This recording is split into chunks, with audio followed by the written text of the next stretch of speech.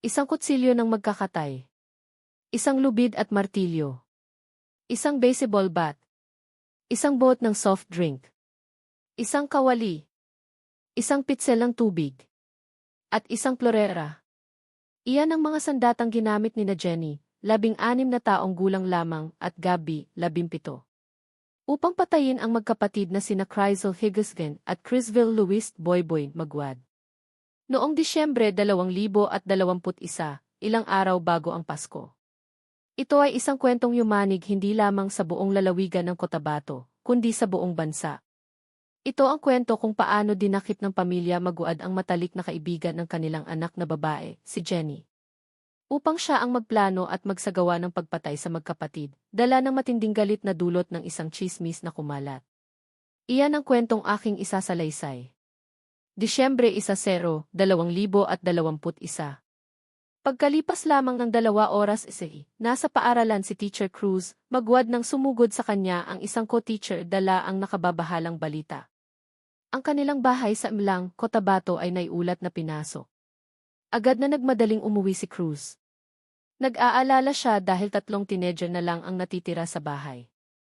Ang kanyang 2 anak, sina Higgins, 18, at Boyboy, 16 na, at ang matalik na kaibigan ni Higgins na si Jenny, na 16 na din. Nang marating ni Cruz ang harapan ng bahay, naramdaman niyang may mali. Sa pangunahing pinto, nakita niya ang kumot ni Boyboy na may bahid ng dugo. Nakalock ang pinto. Sinigaw ni Cruz ang pangalan ng kanyang mga anak, Higgins. Boyboy. Walang sumagot. Tinawag niya si Jenny. Wala pa ring sumasagot. Kaya lumiko siya sa likod ng bahay, kung saan may isa pang pinto. Doon siya nakapasok sa loob. At ang sumunod niyang nakita ay isang bangungot. Ang unang taong nakita niya ay ang kanyang anak na si Boyboy, na nakahiga ng nakadapa sa sala. Nakabusalan ang kanyang bibig. Nababalutan siya ng dugo at patay na siya. Sa tabi niya ay ang kanyang walang buhay na kapatid na si Higgins. Babala sa gatilyo. Kalaunan ay isiniwalat ng autopsy ang lawak ng karahasan. Si Higgins ay nagtamo ng mahigit 30 saksak at mga tama ng bala. May mga sugat siya sa lieg at bali ang kanyang bungo. Si Boyboy ay sinaksak sa dibdib, likod, at iba't ibang bahagi ng kanyang katawan. Ayon sa ulat, nagtamo siya ng 51 saksak. Napaluhod si Cruz. Bumigay ang kanyang katawan nang sa wakas ay maramdaman niya ang sakit nang makita niya ang ginawa sa kanyang 2 anak. Nakalat malapit sa mga bangkay ang mga basag na bagay, basag na pitsel ng tubig, basag na plorera, kawali, mga bote ng soft drinks, baseball bat at martilyo. Walang kaalam-alam ang asawa ni Cruz na si Lovella, isang punong guro ng paaralan, na nangyari ito. Nasa General Santos City siya at dumadalo sa isang seminar. Tinawagan siya ni Cruz. Mawala na ang mga anak natin, sabi niya. Kasabay nito, nakita ni Lovella ang post ni Jenny sa Facebook na humihingi ng tulong. Sa sandaling iyon, parang gumuho ang mundo sa kanya. Agad siyang umalis sa seminar at nagmamadaling umuwi sa Cotabato. Sa bahay ng mga Magwad, hinanap ni Cruz si Jenny. Doon niya nalaman na ikinulong nito ang sarili sa isa sa mga kwarto. Lumabas lamang siya nang dumating ang mga pulis. Napansin ni Cruz na basa ang buhok nito. Sinabi ni Jenny na kakaligo lang niya, sinusubukang pakalmahin ang sarili matapos ang sinasabi niyang traumatic shock. Sinabi niya sa pulisya na 3 lalaking nakamaskara ang pumasok sa bahay. Sinabi niya na nakita niya silang nag-aaway kay Boyboy. Ayon sa kanya, sinubukan ni Higgins na pumasok ngunit sinunggaban siya ng isa sa mga lalaki. Doon sinabi ni Jenny na nakita niya ang magkapatid na sinasaksak. Sinabi niya na nagawa niyang tumakbo papasok sa isang kwarto at magtago. At mula roon, nag-post siya sa Facebook, humihingi ng tulong. Agad na naglunsad ng investigasyon ang pulisya.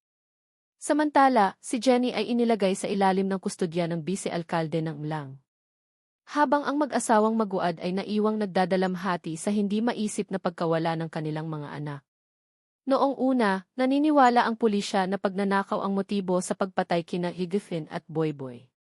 Ang palagay na iyon ay pangunahing batay sa umano isalaysay ng nakasaksi kay Jenny. Pero may hindi maganda. Bukod sa cellphone ni Higgins, wala nang ibang mahahalagang bagay, walang pera, walang gadget, ang nawawala sa bahay. Natuklasan din ng mga investigador na hindi pangkaraniwan na may maligo. Habang may nangyaring marahas na krimen sa labas ng kwarto. Kakaiba, di ba? At ito pa, habang nakakulong pa si Jenny. Tinanong niya sa pulisya kung maaari siyang makulong, kahit menor de edad pa lamang siya. Sa puntong iyon, hindi pa siya suspect. Pakiramdam din ni Lovella ay may mali. Sa araw ng krimen, nakatanggap siya ng mensahe mula kay Jenny na humihingi ng tulong. At sa mensaheng iyon, tinawag siya ni Jenny na Mama sa unang pagkakataon. Kinuha at itinuring ng mga maguad si Jenny na parang pamilya, ngunit hindi siya ang kanilang tunay na anak. Kaya sino si Jenny at paano siya napunta sa pamilya maguad? Noong bata pa si Jenny, mga 4 na taong gulang, dinala siya ng kanyang ina sa isang ampunan sa Kidapawan City, Cotabato. Ang kanyang ina ay isang solong magulang at, noong panahong iyon, hindi na niya kayang suportahan si Jenny dahil sa matinding kahirapan at sa dami ng kanyang mga anak. Nang si Jenny ay 6 na taong gulang, nagpa siya ang isang pamilya na ampunin siya. Ngunit hindi iyon nagtagal. Madalas siyang tumakas at kalaunan ay sinasabing pisikal siyang inaabuso ng kanyang ama-amahan. Sa edad na 8 taon, muling tumakas si Jenny sa pagkakataong ito patungo sa kanyang nakatatandang kapatid. Sa Davao City. Ngunit pagkatapos lamang ng 1 linggo, ibinalik siya sa ampunan. Kinailangang magtrabaho ang kanyang kapatid at walang sinuman ang maaaring manatili sa bahay upang alagaan si Jenny. Nanatili si Jenny sa ampunan sa Kidapawan hanggang sa siya ay 15 taong gulang. Sa puntong iyon, muling kinuha siya ng kanyang ina, ngunit muli, sandali lamang. Hindi nagtagal ay umalis ang kanyang ina upang maghanap ng trabaho, naiwan si Jenny. Kalaunan, nakahanap si Jenny ng trabaho bilang babysitter sa bahay ng kapatid ni Lovella. Doon unang nakilala ni Jenny si Igavin. Magkalapit ang edad ng dalawa at pareho ang kanilang mga hilig tulad ng paggawa ng mga dance video at di nagtagal. Naging matalik silang magkaibigan. Nagustuhan din ni Lovella si Jenny, nakita kung gaano kasaya si Igavin at kung gaano kahusay ang pagsasama ng dalawang batang babae. Kalaunan, hinikayat ni Jenny si Gigafins na tanungin ang kanyang mga magulang kung maaaring tumuloy si Jenny sa kanila sa bahay ng mga maguad. Noong una, nag-alangan si Lovella. Nag-aalala siya na baka magalit ang kanyang kapatid dahil doon tumutuloy si Jenny. Ngunit kalaunan, sumuko sina Lovella at Cruz, dala ng awa. Sinabi ni Jenny sa kanila na siya ay ganap na ulila. Nagbahagi rin siya ng mga kwento ng pang-aabuso noong bata pa. Nakiusap si Jenny kay Gigavins, tinanong kung maaari siyang manatili sa kanila. Nag-alok pa nga na magtrabaho bilang katulong sa bahay ng walang bayad, basta't mayroon siyang matitirhan. Kaya noong Hunyo 2021, nagpa siya ang pamilya maguad na kunin si Jenny. Tinuring nila siya bilang bahagi ng pamilya. Hindi isang katulong kundi tunay na isa sa kanila. Ano man ang mayroon si Igavins, gusto rin ni Jenny, maging ito ay damit o sapatos. Maging ang pag-aaral ni Jenny ay sinagot ng pamilya maguad. Gusto niyang tapusin ang baitang 1-0. Ngunit ilang linggo bago ang krimen, natuklasan ni Igavins na si Jenny ang kumuha ng nawawalang 1-0 na pagmamay-ari ng kanyang ama na si Cruz.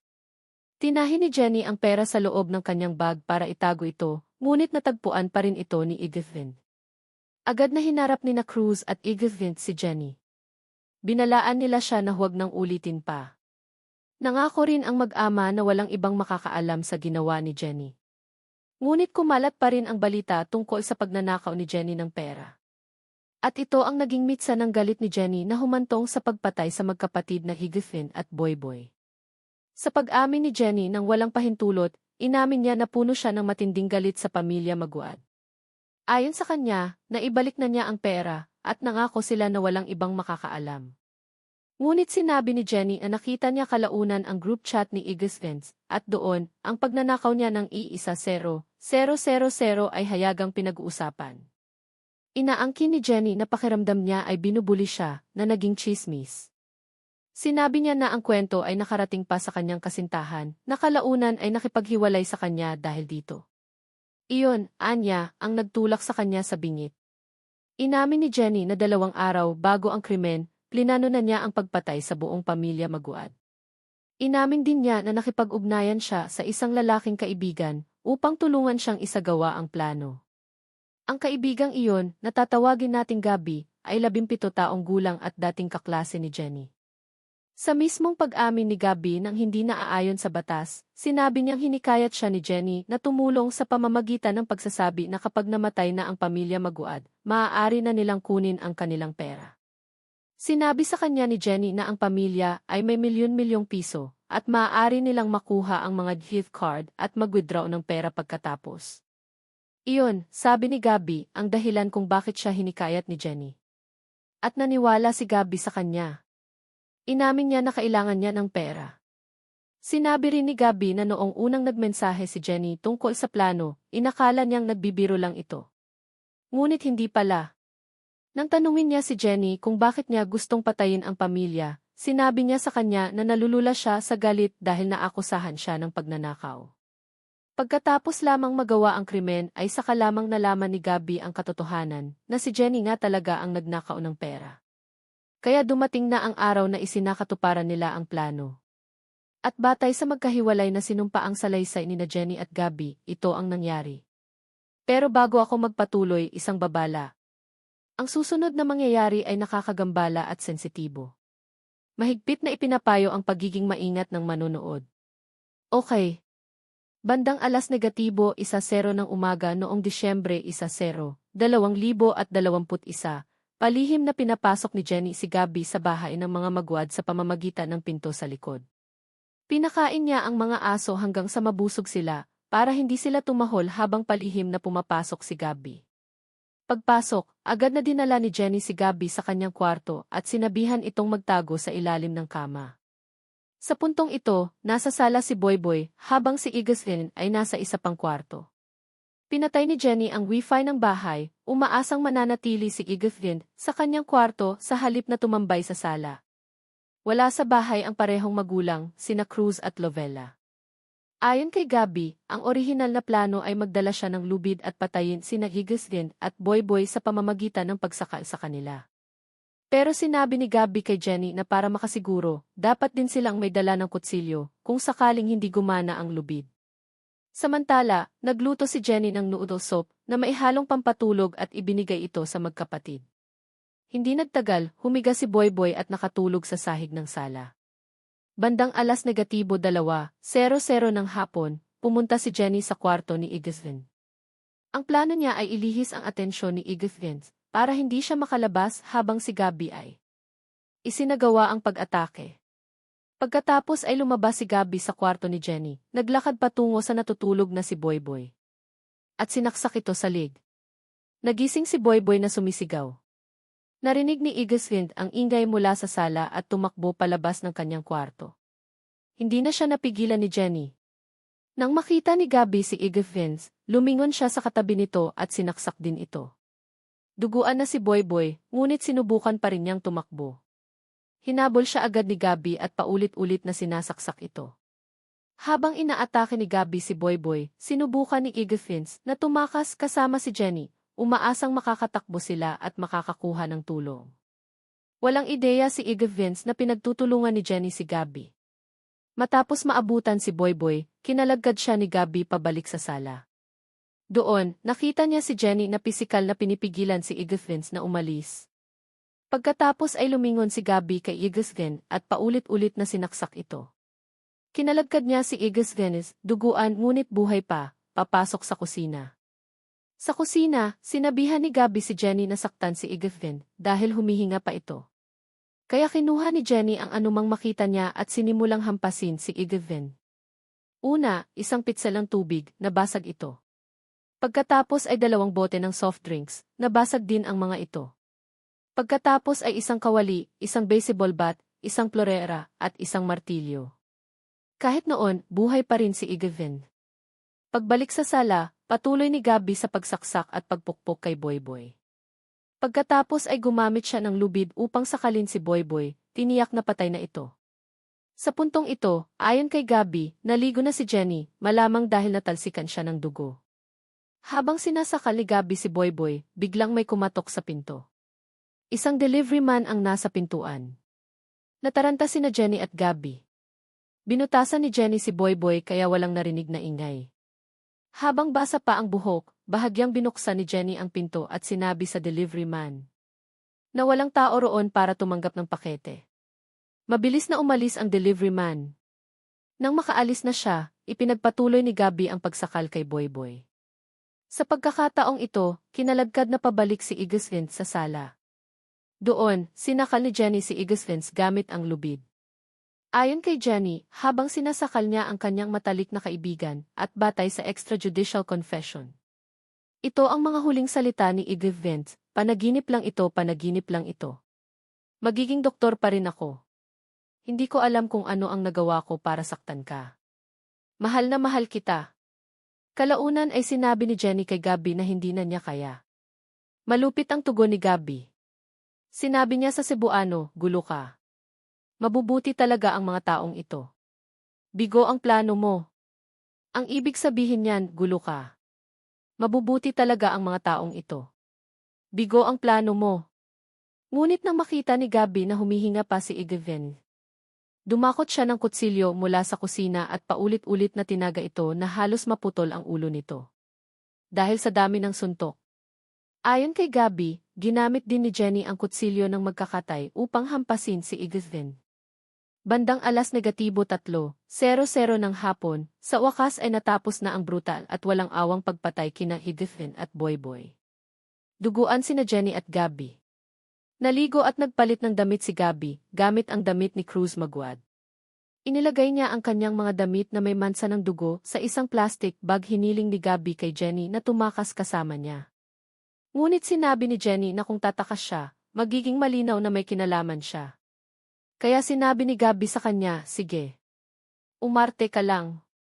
Ang kanilang kwento sa pabalat ay ito, pinasok ng mga magnanakaw ang bahay, pinatay ang magkapatid. At nakaligtas si Jenny sa pamamagitan ng pagtakbo sa kanyang kwarto at pagkulong sa loob. Nagkasundo sila sa kwento. Bago umalis si Gabby, ibinigay ni Jenny sa kanya ang cellphone ni Igislin at ang perang nakatago rito. Lumabas ng bahay si Gabby. Kalaunan ay itinapon niya ang plastic bag na naglalaman ng kanyang mga duguan na damit sa isang kanal ng irigasyon. Pagbalik sa kanyang kwarto, naligo muli si Jenny. Doon niya ginawa ang post sa Facebook. Nagkukunwaring humihingi ng tulong para magmukhang may mga kriminal na pumasok sa bahay. Ang post na iyon ang kalaunan ay nakarating kina Cruz na nasa paaralan at Lovella na dumadalo sa isang seminar. Matapos matuklasan ang krimen, agad na nagsagawa ng investigasyon ang mga otoridad sa pinangyarihan ng krimen at nagsimulang mangalap ng forensic evidence. Pagkalipas ng ilang araw, natagpuan ng pulisya ang E at D code ni Gabby sa loob ng drawer ng kabinet sa kwarto ni Jenny. Noong panahong iyon, ginagamit ang mga Geekies code para sa COVID travel access. At ang natuklasang iyon ang naging unang matibay na lead na nag-ugnay kay Gabby sa krimen. Nang malaman ni Jenny na natuklasan ang code ni Gabby sa kanyang drawer, alam niyang sandali na lang bago maaresto si Gabby. Kaya noong Disyembre 16 na, 2021, wala pang isang linggo matapos ang mga pagpatay, umamin si Jenny sa mga otoridad. Opisyal na pinangalanan si Gabby bilang person of interest matapos matunton ang code at mayugnay si Jenny sa pagpatay sa magkapatid na Magwad. Una siyang naaresto dahil sa isang kaso ng iligal na droga na walang kaugnayan at doon kinumpirma ng mga otoridad na isa siyang pangunahing suspect sa kaso ni Magwad. Noong Disyembre 20, 2021, inamin din ni Gabby ang kanyang papel sa krimen. Nabawi ng pulisya ang mga damit na may mansa ng dugo na itinapon ni Gabby sa isang kanal ng irigasyon. Nakuha at sinuri ang lahat ng mga armas na ginamit sa pagpatay, at ang ebidensya sa dugo ay sinuri para sa essay. Sina Jenny at Gabby ay kinasuhan ng dobleng kaso. Pagpatay para sa pagkamatay ni Igislin at Boyboy. Gayunpaman, dahil pareho silang menor de edad noong panahon ng krimen. Sila ay unang inilagay sa mga institusyon ng reforma sa ilalim ng pangangalaga ng Department of Social Welfare and Development. Noong Mayo 17, 2022, inilabas ng korte ang hatol nito. Ang desisyon, sina Jenny at Gabby ay parehong napatunayang nagkasala. Para kay Jenny, 0 hanggang 17 taon sa bilangguan para sa pagpatay kay Boyboy. 8 hanggang 14 na taon sa bilangguan para sa pagpatay sa kanyang matalik na kaibigan, si Igislin. Para kay Gabby, 12 hanggang 20 taon sa bilangguan para sa pagpatay kay Boyboy. 10 hanggang 17 taon sa bilangguan para sa pagpatay kay Hiddleston. Sa kanilang dalawa, si Gabby lamang ang binigyan ng posibilidad ng paro ng korte pagkatapos magsilbi ng sentensya. Gayunpaman, dahil sila ay menor de edad noong panahong iyon, hindi nila agad pinaglingkuran ang kanilang mga sentensya sa bilangguan. Sa halip, nanatili sila sa mga pasilidad ng rehabilitasyon na may layuning bigyan sila ng pagkakataong magbago. Noong Mayo 18, 2023, halos 2 taon matapos ang krimen, inutusan ng korte na ilipat si Jenny sa Davao Prison Facility. Ayon sa mga ulat ng korte, hindi nagpakita ng pagsisisi si Jenny, at ng panahong iyon, siya ay 18 taong gulang na, legal na isang nasa hustong gulang. Noong Hunyo 5, 2024, inilipat din si Gabby sa Davao Prison Facility. Matapos tanggihan ng korte ang kahilingan ng kanyang mga abogado na palawigin ang kanyang pananatili sa rehabilitasyon. Kung buhay pa si Hiddleston ngayon, malamang na nag-aaral siya ng medisina, hinahabol ang kanyang pangarap na maging isang doktor. Samantala, si Boyboy ay 20 taong gulang na ngayon, malamang ay nasa kolehiyo na. Nakakadurog ng puso at halos imposibleng isipin ng mga magulang kung ano ang maaaring naging buhay ng kanilang mga anak kung hindi nangyari ang krimeng ito. Nakausap ko sina Cruz at Lovella Maguad. Sinabi ni Maguad na ipinagkatiwala na niya ang lahat sa Diyos. Ngunit para kay Maguad, hindi pa rin matiis ang sakit. Para sa kanila, parang hindi pa rin kumpleto ang hustisya. Naniniwala sila na dapat ilipat si Jenny sa isang pasilidad ng pagwawasto ng kababaihan. At si Gabby sa New Bilibid Prison, kung saan mas mahigpit ang pagkakakulong at ang mga bilanggo ay nasa likod ng mga rehas. Patuloy na naninirahan sina Cruz at Lovella sa kanilang tahanan sa Mlang, Cotabato, sa kabila ng maraming taong nagsasabi sa kanila na umalis sa lugar kung saan nangyari ang krimen. Ngunit para sa kanila, ang bahay na iyon ay hindi lamang isang pinangyarihan ng krimen. Ito ay isang lugar na puno ng mga alaala ng masasayang panahon, noong sila ay magkakasama pa bilang isang pamilya. Ang kasong ito ay nagpasiklab ng isang pambansang debate tungkol sa batas na nagsasabing ang mga menor de edad na may edad 15 hanggang 17 ay hindi sakop ng ganap na pananagutang kriminal. Maliban na lamang kung mapatunayan na ginawa nila ang krimen ng may pag-unawa, ibig sabihin ay naunawaan nila ang kanilang ginagawa at ang mga kahihinatnan ng kanilang mga aksyon. Sa madaling salita, sa ilalim ng batas, dahil si Jenny ay 16 na at si Gabby ay 17 noong panahon ng krimen, hindi sila maaaring ipadala ng diretsyo sa bilangguan, kahit na matapos mapatunayang nagkasala, gaano man kalupit ang mga pagpatay. Nakulong lamang sila pagkatapos nilang maging ganap na nasa hustong gulang. At matapos magpasya ang korte na lubos nilang naunawaan ang krimeng kanilang nagawa at ang mga bunga nito. Kaya ngayon ang tanong ay, ano ang iyong palagay tungkol sa batas na ito, ang Juvenile Justice and Welfare Act? Kailangan ba itong repasuhin o amyendahan? O tama ba na bigyan ng pagkakataon ang mga batang nagkasala na maranasan ang rehabilitasyon, kahit na ganito katindi ang krimeng kanilang nagawa? Kalaunan ay sinabi ni Ginang Maguad na maaaring masyado silang mabait at masyadong nagtitiwala kay Jenny. Kahit na mayroon na silang mga pagdududa. Kaya ano sa iyong palagay? Ano ang maaaring nagawa bago dinala si Jenny sa tahanan ng mga Maguad? Ibahagi ang iyong mga saloobin sa mga komento. Huwag kalimutang mag-like, mag-share, at mag-subscribe sa ABC News YouTube channel. Maraming salamat muli sa panonood at sa iyong patuloy na suporta. Magbabalik ang Philippines, Most Shocking Stories para sa Season 3. Ako si Jessie Cruzat. Ako si Hindi Philip. Ako si Johnson Manabat. Ako si Jeff Caparas. Ako si Liza Aquino. Ako si Jeff Canoy. At ito ang e-Philippines Most Shocking Stories. At sa susunod na linggo, abangan ang Season 2 ng T-Possessed. Kaya isang araw, may lumapit sa amin na guro. Medyo nag-alala ang gurong ito dahil may 3 siyang estudyante na gumagawa ng kakaiba. Noong una, naglalaro lang sila at parang ayos lang, pakiramdam niya ay mga kaibigan niya sila. Pero kalaunan, sinabi niyang sinimulan na nila siyang takutin. Pinagbabantaan nila siya, na sinasabing, teka lang, may gagawin akong masama sa iyo. Ipapakita ko sa iyo ang tunay kong anyo. Tatakotin nila siya sa pamamagitan ng pagbabanta na ipapakita ang kanilang pisikal na anyo kung hindi gagawin ng bata ang sinasabi sa kanila. Kaya umabot sa punto na, dahil sa takot ng bata, sinabi ng demonyo, saksakin mo ang sarili mo. Kaya sinaksak niya ang kamay niya gamit ang lapis. Kilalanin natin ang mga hinirang ng simbahang Katoliko upang harapin ang mapanlinlang na kaaway. Ang demonyo. Ako si John Arcilla. Samahan ninyo ako habang binibigyang liwanag natin ang nakatago sa likod ng mga anino. Ito ang Inalihan. Mga totoong kwento mula sa mga Pilipinong exorcist. Ako si Jessie Cruzat. At ito ang mga pinakagulat na kwento ng Pilipinas.